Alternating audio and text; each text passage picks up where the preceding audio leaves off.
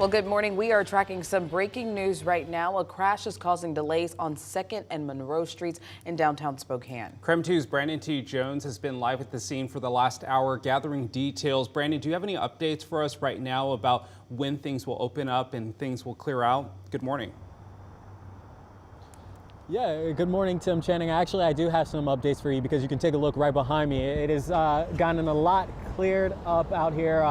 You can see police and city workers are still on the scene, but basically what happened was two cars, they collided and a truck drove into one of those traffic poles. That came down. You can still see that a little bit on the opposite side. So there's one lane closed down right now. 2 lanes are still open up. This is on the way to that I-90 exit off of the corner of 2nd and Monroe. So things have been moving pretty smooth over here, which is good news. And now you're taking a look at some of the accident that was over here a little bit earlier. And so basically we got over here around 7:20 or so, and they were able to get that truck on a tow truck and get it out of the way. So right now they've gotten a lot more cleaned up, and things are moving pretty smooth over here.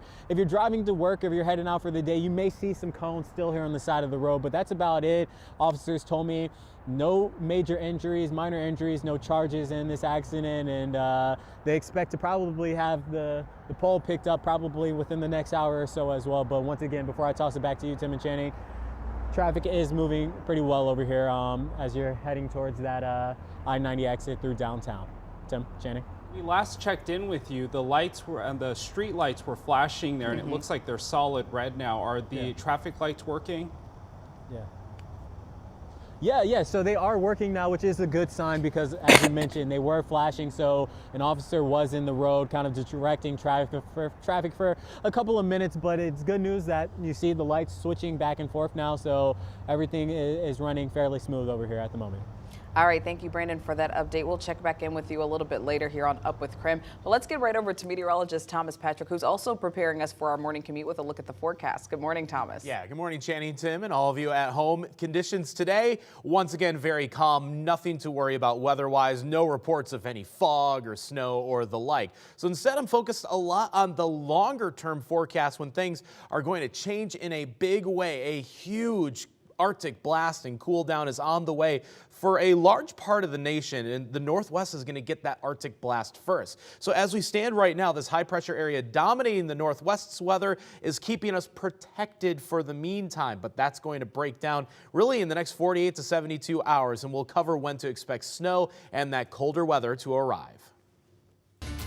Happening today, the city of Lewiston is draining the reservoir that caused a nearly week-long boil order to remain in place. The reservoir failed and flooded the area. So because of the draining, you could see higher water in the area throughout the day. You might also notice some discoloration in your tap water, but the city says this is normal.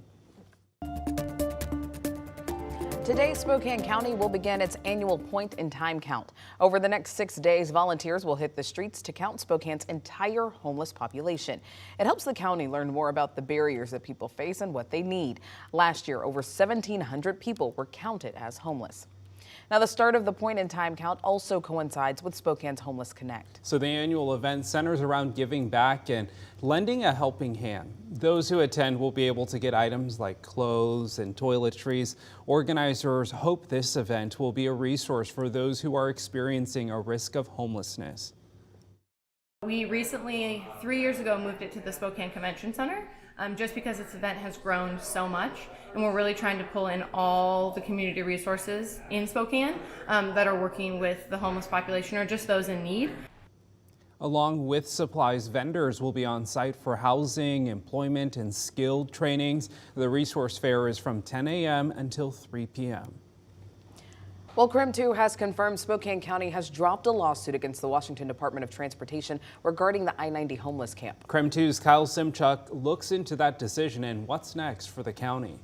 County spokesperson Jared Webley says this is an effort to extend an olive branch to the Department of Transportation so the two can work together to eventually close the camp, which is shrinking. The county took WSDOT to court in November, asking a judge to declare the homeless camp a chronic nuisance property. In a statement to KREM 2, WSDOT said it appreciates the good faith effort by the county and Sheriff John Knowles. They say dropping this lawsuit will further the work being done to downsize and eventually close the camp and rebuild partnerships with the county and Sheriff's office. Now this week, the camp dropped to less than 150 people, according to WSDOT. This photo shows what the camp looked like November 15th compared to January 12th of this year. Now, while the county has dropped its lawsuit, a group of campers, Jules Helping Hands, and Disability Rights Washington still have a federal lawsuit against the city and county. A judge granted a temporary restraining order preventing law enforcement from clearing out the camp. And there's a motion hearing this Friday where a judge could decide to extend that order. In Spokane, Kyle Simchuk, KREM 2 News. I think getting North Idahoans to vote yes on a tax increase is very hard, no matter what it's for. Last night, Coeur d'Alene Public Schools answered parents' questions about 2 levies up for a vote in March. One of them is a reworked safety and maintenance levy, similar to the one that actually failed last year. This would fund school repairs such as plumbing and security maintenance. The other one would replace an expiring supplemental levy, which makes up 25% of the district's annual budget. If our supplemental levy does not pass the list of things that we would need to cut, it's 25% of our budget. That's 1 in every 4 employees. That means that things that we have believed in for a long time in this community, things like sports, things like arts, things like some of our safety officers, nurses. Property taxes fund both of those levies. The school district says if both levies pass, the tax rate will be lower than last year's. The levy vote will happen in March.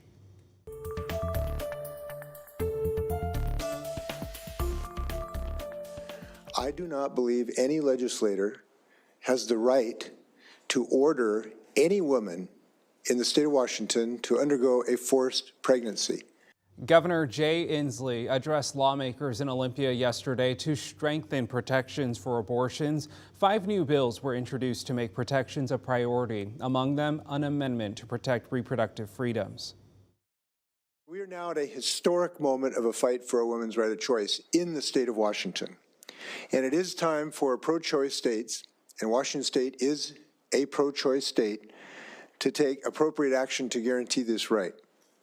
We cannot be lulled into thinking that this is something that is in the past debate. It is a current challenge, and it is a current threat to the women of the state of Washington.